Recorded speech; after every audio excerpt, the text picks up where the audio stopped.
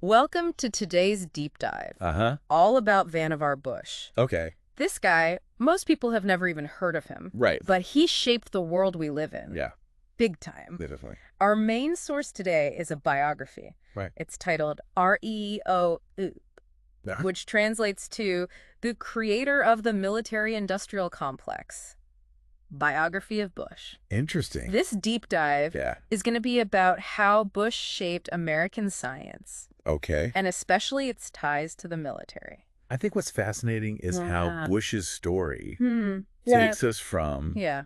pre-World War II America Yeah. to like the dawn of the atomic age. Oh, wow. It's a journey of scientific revolution, Right. but it also created a system with lasting consequences, and maybe not always good ones. That's exactly what we're going to unpack today. Yeah. How did one man revolutionize American science, Right. help win a world war, Mm-hmm. but also leave behind a legacy that he himself would later question? It's interesting, right? It's a wild ride.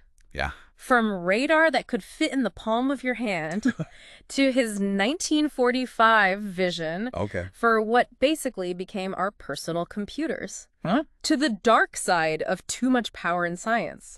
It really makes you think about Yeah. the line between progress and peril, Right. especially when science gets tied up with military might. It makes you wonder at what cost. Yeah. Let's start by setting the scene. Okay. America before World War II. Right. The economy's booming, Uh-huh. but the military, not so much. The biography actually uses this amazing anecdote Oh, really? to kind of paint the picture. Okay.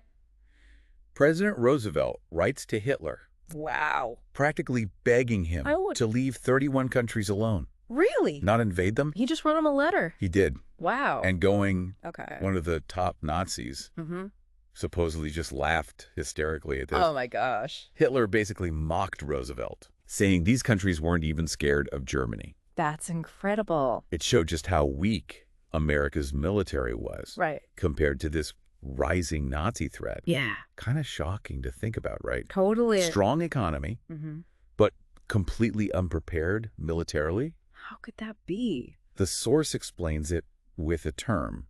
Oh, okay. The VWII. The BG, America's free market, was all about quick profits, Right. basic science, long-term research. Yeah. That stuff got pushed aside. Huh. We fell behind in some really key areas. Okay. It's like a company focused on selling today's product, Yeah. but not inventing tomorrow's. Yeah. And Roosevelt was super worried about this. So enter Vannevar Bush. Yes. This guy they call the engineer of the American century. Uh-huh. What's his deal? Well, he was an MIT professor, Okay. a serious inventor, and not a pacifist at all. Okay.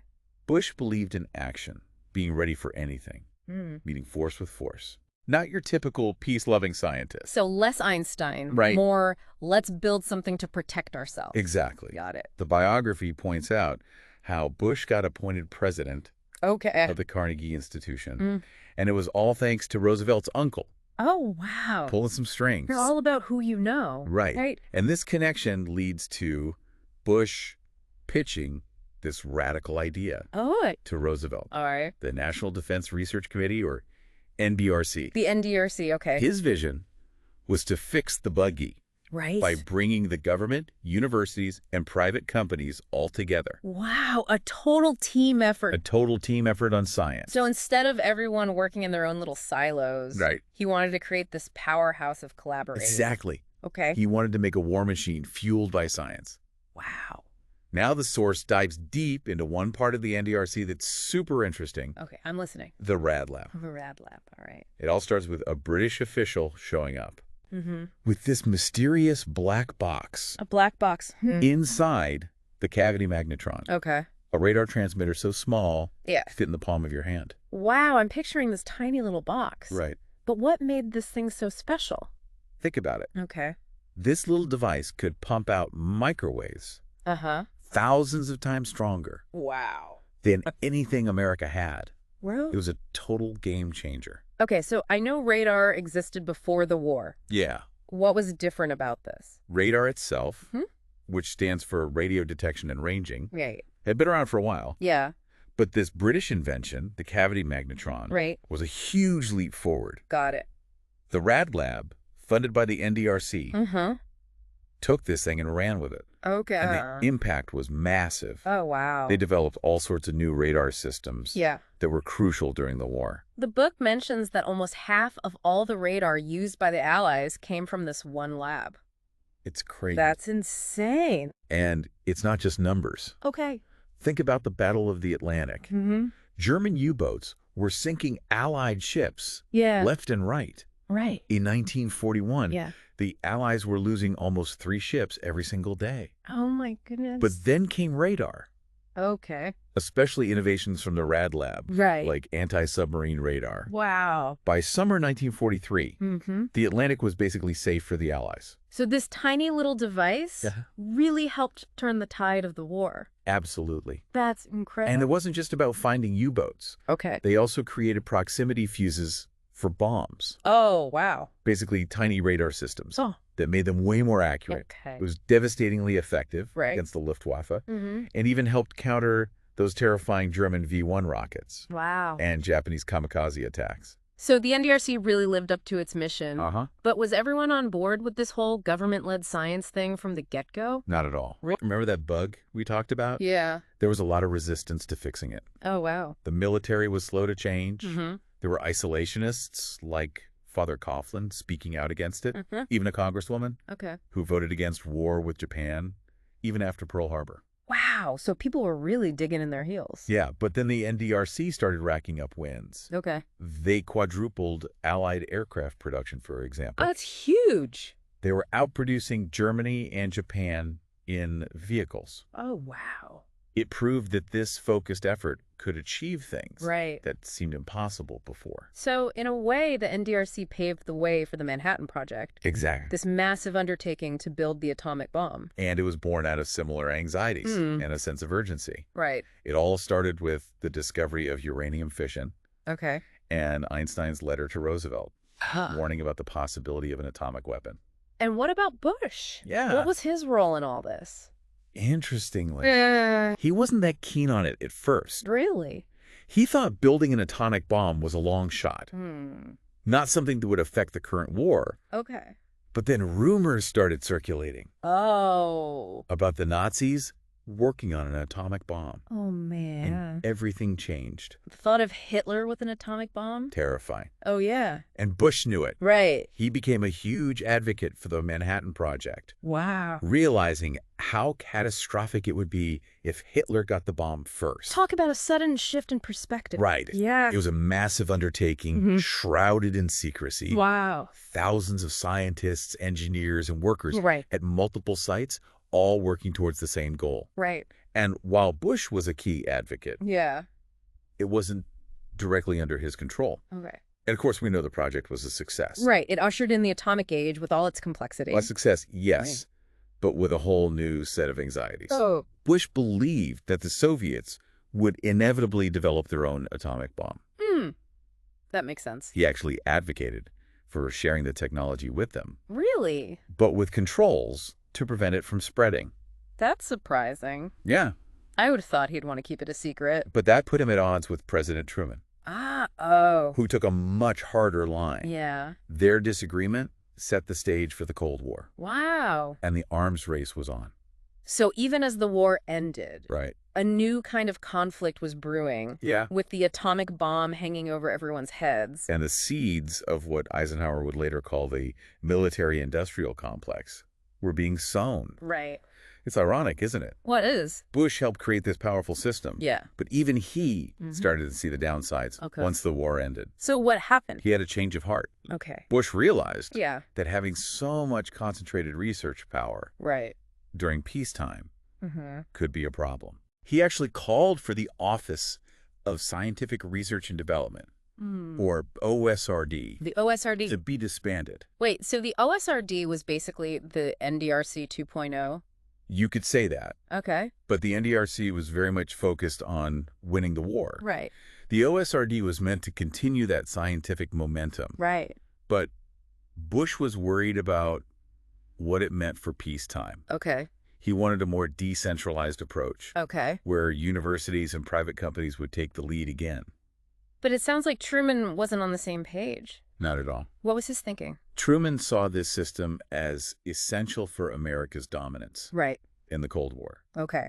He believed that keeping the government deeply involved in science was crucial for national security. Yeah. This clash of viewpoints caused a lot of friction between Bush and the Truman administration. So what about all the scientists who worked on the Manhattan Project? Right. Where did they fit into this new world? Many of them, Yeah. like Oppenheimer, were caught in the middle of this shifting landscape. Right. Oppenheimer especially was deeply troubled by the destructive power Right. he had helped unleash. That must have been a heavy burden to carry. Absolutely. Yeah. He became a strong voice for arms control and international cooperation, trying to find ways to limit the spread of nuclear weapons and prevent a catastrophic war. That sounds incredibly reasonable, Yeah. but I can't imagine it was popular in those tense Cold War times. You're right. Yeah. Sadly, his efforts to put the brakes on the nuclear arms race were met with suspicion.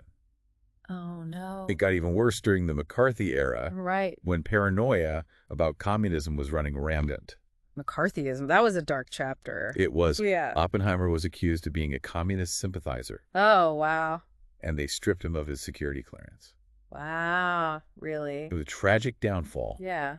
for a brilliant mind who was trying to do the right thing. So did Bush just stand by and watch this happen to his colleague? Actually, no.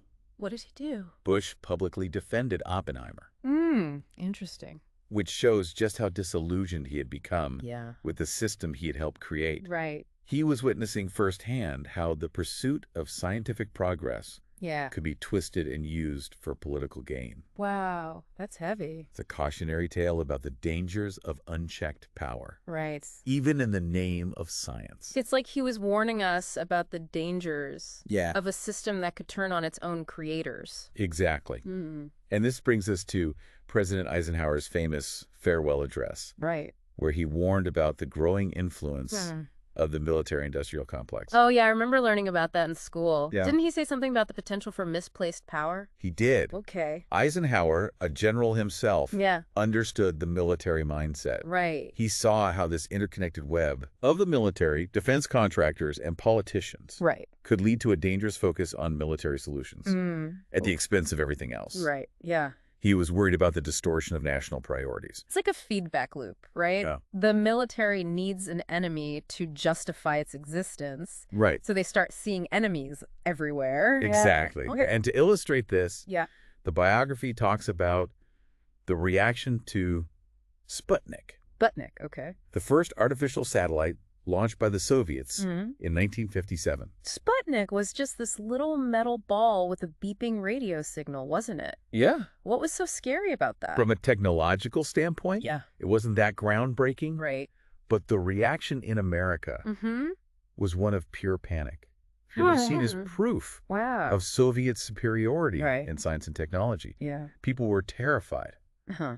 that the Soviets were now ahead in the space race, Okay. which was seen as a direct threat to national security. It's amazing how something so seemingly simple Right. could trigger such a powerful response. That's exactly the point. Yeah. The military-industrial complex, Right. with its vast resources and political influence, thrives on fear and perceived threats. Okay. It needs those threats Yeah. to justify its existence, to get funding, to maintain its power. It's a system that can easily spiral out of control, Right. as we saw with the Manhattan Project and in more recent events like the 2003 invasion of Iraq. So where does all of this leave Vannevar Bush's legacy? It's tough. Yeah. He's a complex figure, to say the least. Yeah, for sure. On one hand, you can't deny the positive outcomes Right. of the system he helped create. Yeah. There's no question that his work led to incredible advancements Right. in medicine, computing, and space exploration. It's a classic double-edged sword situation. It is. Amazing progress. Yeah. But with the potential for immense destruction Right. looming over it all. Yeah. And the source highlights Okay. some pretty disturbing statistics. What are they? It mentions that the U.S. has been involved in military conflicts with a shocking number of countries. Really? 84 out of 193 UN-recognized nations. That's a lot. That's a serious indicator Yeah. of a deeply militaristic approach to foreign policy. Wow. Bush died in 1974. Right. I wonder what his thoughts were toward the end of his life. Did he consider all of this a success, Right. a failure, Yeah. or something in between? It's a great question. The biography paints a picture of a man wrestling with that very question.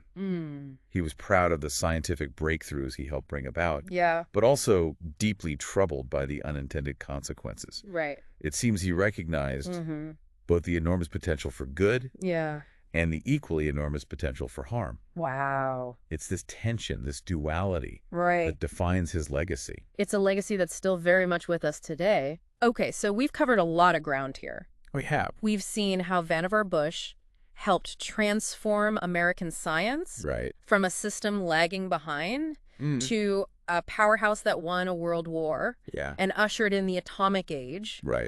But it wasn't all smooth sailing, right? No. What's the takeaway for us? I think it forces us to confront some really uncomfortable truths about the relationship between scientific progress and military power. Bush set out with noble intentions to defend democracy and harness the power of science for good. But the system he created has a way of taking on a life of its own. Wow. It's like a machine that needs to be constantly fed. And unfortunately, that food often ends up being conflict and fear. It's kind of like what Eisenhower was warning about. Totally. This system could become so powerful that it ends up driving our decisions instead of the other way around. Exactly. And the biography actually quotes Bush. Oh, really? From a 1950 article he wrote.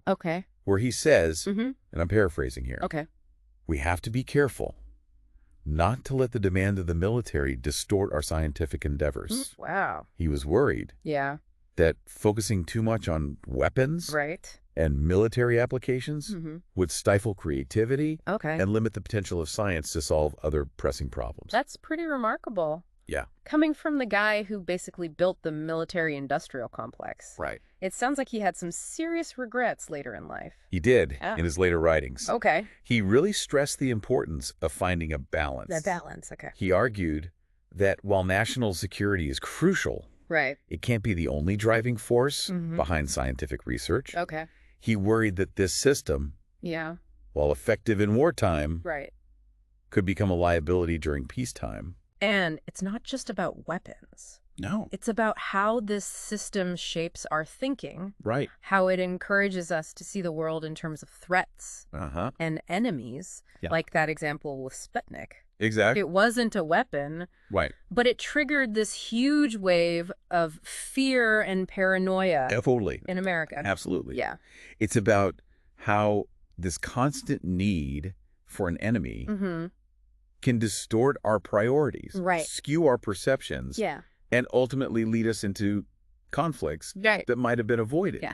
It's a system that can make us more reactive than proactive, more focused on fighting yesterday's wars than preventing tomorrow's. So what can we do about it? It's tough. Yeah, it feels like this system is so deeply entrenched. It's like a force of nature at this point. It's definitely a challenge.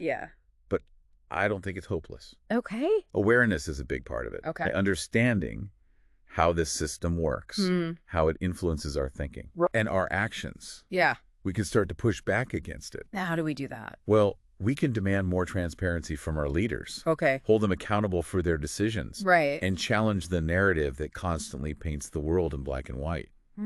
Us versus them. It sounds like it comes down to asking tough questions. It does. Like, what are we really afraid of? What are our true priorities as a society? And how can we use science and technology to address those priorities in a way that benefits everyone, not just a select few? It's about reclaiming our agency. Realizing that we're not just passive passengers on this train.